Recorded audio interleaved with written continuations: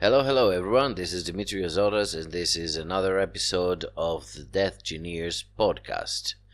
Today we are discussing a bit further into the new Deathwatch Veterans package, the new kill team that will come along the Tomb World kill team box that is up for pre-order this coming Saturday. Now, let's get the ugly stuff off the table from the beginning. I was very wrong about the price that I was predicting. It's going to be 200 euros or 150 pounds, I think, about this, or 250 US dollars. This is quite a bit more expensive than the Hivestorm box, the launch box of this period of this edition of Kill Team with the Volkus main terrain, the equipment pack, the core rulebook, and 2 kill teams. The Tomb World box is also having a hefty amount of terrain. I could say that it is comparable to the Volkus terrain. It doesn't have a core rulebook. It doesn't have the cards, the official cards that are coming this year. It doesn't have an equipment pack. Of course, it does have effectively 3 kill teams, as we understand that they count the Deathwatch veterans that are in the box as 2 separate kill teams, since you can have only 5 operatives per kill team. And they have also the player versus environment, the PvE package of the Necron Warriors. Of course, even with this in mind, it does strike a little bad that it's so much more expensive than Volkus, which was the Hivestorm, which was so much more of a complete package for someone to play kill team. Okay, since we have this out of the picture, first of all, it's the episode. It's called Part 1 because when we have both the kill team rules and, most importantly, the Warhammer 40k main game datasets for the veterans and the Necrons, the new Necrons unit or units out, we will also discuss these, which are more important from the perspective of a Deathwatch player for the 40k main game. And also, we are basing this episode on 2 new articles that came out of the Warhammer Community. Actually, mostly the first one, which talks about the sprues and what they're on them and inside the box, and also there is a nice article about some I believe it was fans painting a few operatives from the new Deathwatch kill team. I am giving you the link in the description. It's nice to go and see some more obscure chapters getting some spotlight. It has some very nice miniature paintings. It's worth taking a look at it. So now let's move on to the main course and what's in the box. Now that I think of it, this was also a nice pop culture reference with what's in the box. I should have used it.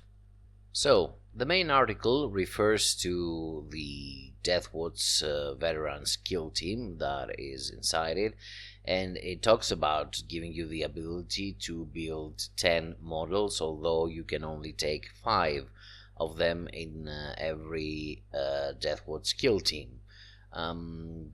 This is a bit confusing, at least for the time being, as to what we will eventually get in the standalone box, if we will get 2 sets of the 3 sprues that are presented in this article, or are we getting just 5 models.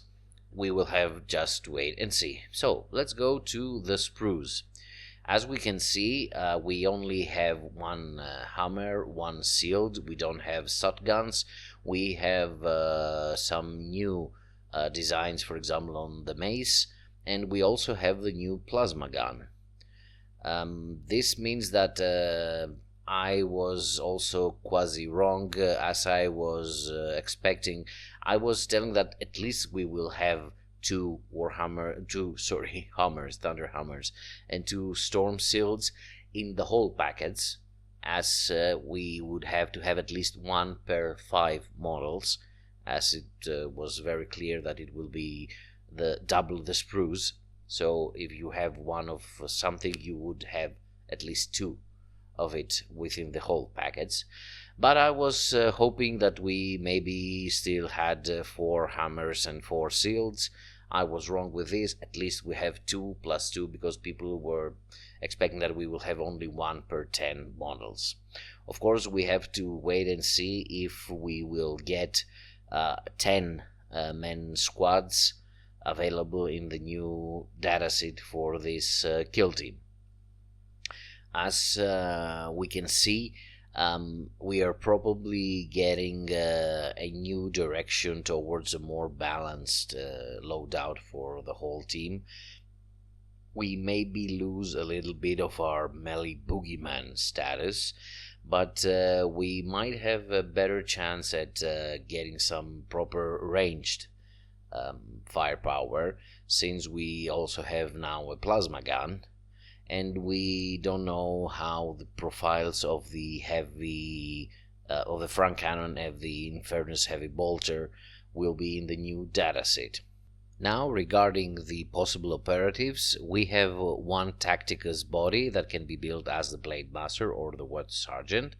They are similar to the Sergeant we already have in the current or past, if you want, Deathwatch veterans.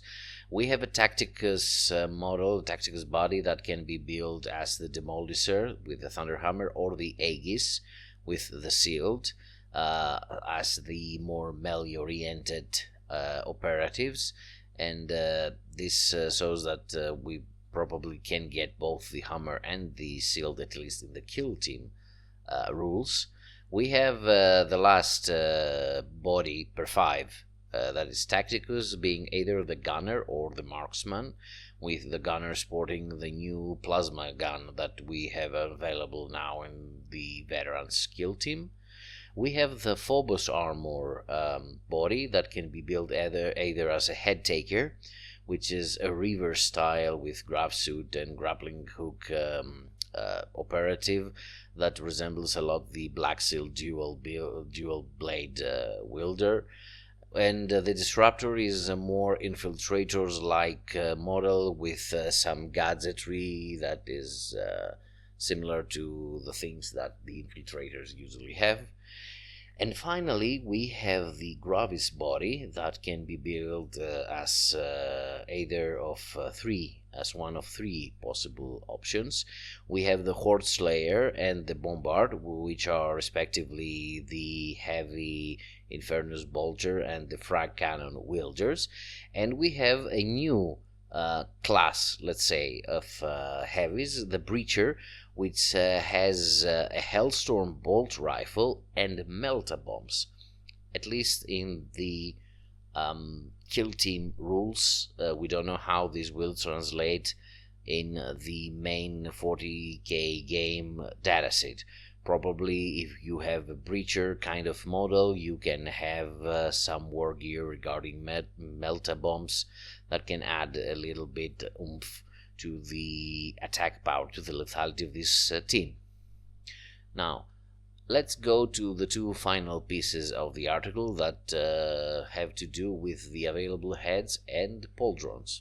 Regarding the heads, the article is a bit confusing because it has that there's a wide choice of 16 helmeted and unhelmeted heads, and they show us here 16 unhelmeted heads, and you can count at least 23 heads in total on the sprues that are shown. I don't know if they missed somehow the numbering or the wording of this, as having 16 unhelmeted and also have some helmeted, or if they are actually not showing us maybe a 4th sprue that probably has some more options, maybe even regarding weapons. The final piece are the pauldrons, which are very exciting. Let's give it to them. A collection of different pauldrons from various chapters. We have a total of 16 standard solder pads. 3 of them are blank, maybe to get your own, so you can have your own chapters, or maybe create a black sealed operative, and the other 13 being from various chapters, some of them not very popular, not very easily recognized. It's nice to have some, more obscure chapters getting some spotlight. We also have 7 different gravis pauldrons. One is blank, like with the Tacticus ones, and you have 6 pauldrons that are very recognizable. We have salamanders, we have ravenwing, and Raven Guard, sorry, and of course we also have 6 Phobos pauldrons, 1 blank and 5 from different chapters. This is a great collection of new molded chapter icons on pauldrons. Also, we have the Lamenters actually having the checkered pattern etched on the Tacticus pauldron. This is quite fascinating. And another good thing about the new package is that we actually get we get 3 different Deathwatch pauldrons. I mean, the one with the insignia of the Deathwatch and the words, the litanies.